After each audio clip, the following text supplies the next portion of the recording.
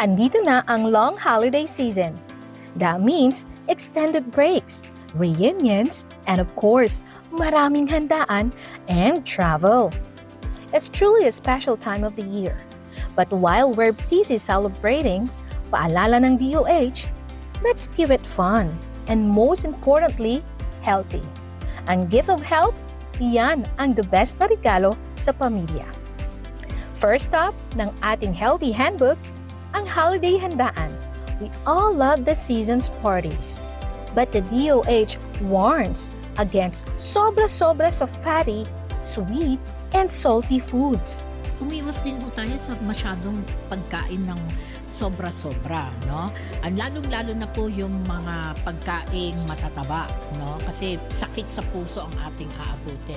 At pati na rin po yung enough physical activity para sa ganon ay makaiwas tayo at mabuhay tayo ng mas masaya na hindi ho nangangahulugan ng pagka-ospital natin. Next up, travel plans. Marami ang uuwi sa probinsya for family reunions. The DOH Biyahe Healthy Campaign reminds us na ang safety sa kalsada ay shared responsibility. When we talk road safety, hindi lang po yan safer vehicles or post-crash care. Kasi I think andun po yung ating visibility, no? Especially for the Department of Health. Nasa post-crash care, ito po yung yung pillar po na mostly po assigned sa inyo. There is also, of course, safer people, safer speeds, and safer roads then, no? Aside from post-crash care and safer vehicles. Let's talk about big celebrations during any holiday season.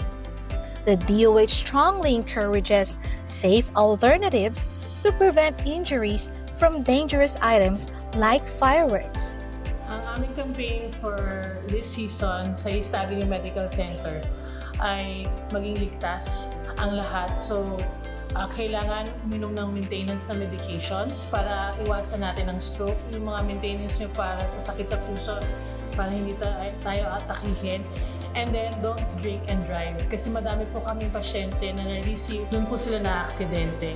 So, as much as possible, huwag na pong mag-drive, sumakay na lang po, mag-carpool na lang po para iwasan po natin ang mga sakuna at disgrasya. Kasi karamihan po ng nakukuha namin pasyente during this season sa East Avenue ay mga na-aksidente po.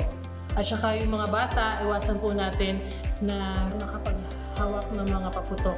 Lalo na po yung boga. Kasi po makeshift po siya eh. So madami po kami pasyente last time na naputokan sa mata. So ngayon, nag-aayos na po kami ng area sa East Avenue Emergency Department. No? Nagpe-prepare na po kami ng mga gamit na medication, supplies at saka yung operating room namin para sa mga pasyenteng dadating. So inaayos din namin yung workforce namin, yung mga manpower. Kasi syempre during that time, gusto din ng iba mag-leave. Pero kasi since kami ay gobyernong hospital, kailangan namin make sure na meron talagang workforce during that time. Ito kasi yung panahon na kailangan kumpleto ang pamilya. The DOH reminds us that these habits are for a healthy Filipinas all year round. Ang campaign message nila ngayong holiday season. Ngayong holiday, ikaw naman. Give yourself the gift of self-care para maalagaan mo rin ang mahal mo sa buhay. Celebrate safe, celebrate healthy. Mula sa DOH, at ito ang tahanan. Happy Holidays, Pilipinas!